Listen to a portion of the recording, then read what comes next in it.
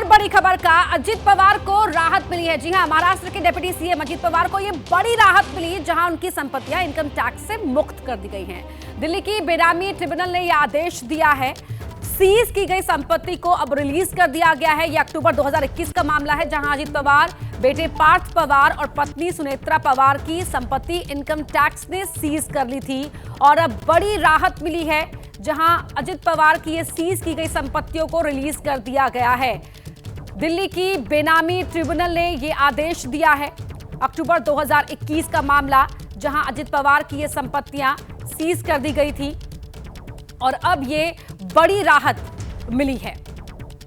तो महाराष्ट्र के deputy CM Ajit Pawar की सीज की गई संपत्तियों को रिलीज कर दिया गया है। ये संपत्तियां उनके बेटे के, उनकी बीवी के नाम पर थी और अक्टूबर 2021 का मामला है। उस वक्त भी उप मुख्यमंत्री थे अजित पवार और अब दिल्ली की बेनामी ट्रिब्यूनल ने यह आदेश दिया है। और हमारे साथ जुड़ रहे हैं वैभव परब, हमारे सहयोगी। वैभव, ये बड़ी राहत मिली है ऐसे मौके पर।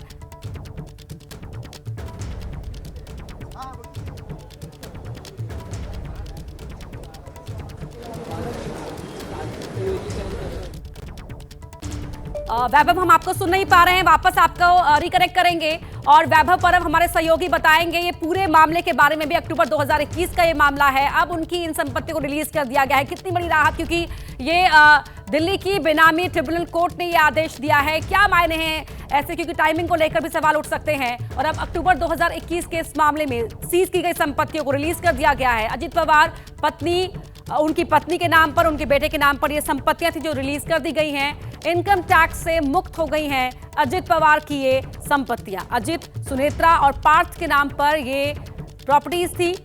सीज की गई संपत्तियों को रिलीज कर दिया गया है। आयकर विभाग ने 2021 में इन संपत्तियों को जब्त किया था।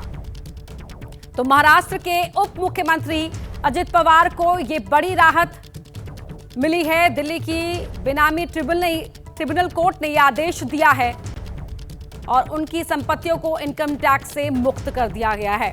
ये संपत्तियां 2021 अक्टूबर में सीज कर ली गई थी।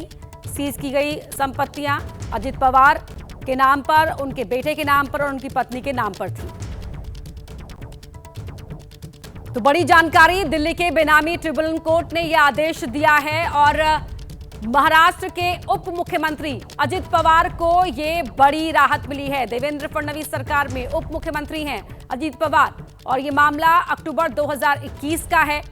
इनकम टैक्स से मुक्त हुई अजित पवार की ये संपत्तियां उनकी पत्नी, उनके बेटे के नाम पर थी। मामला क्या है वो भी हम आपको बताएंगे, किस तरह से अक्टूबर 2021 में ये संपत्तियां सीज की गई थी।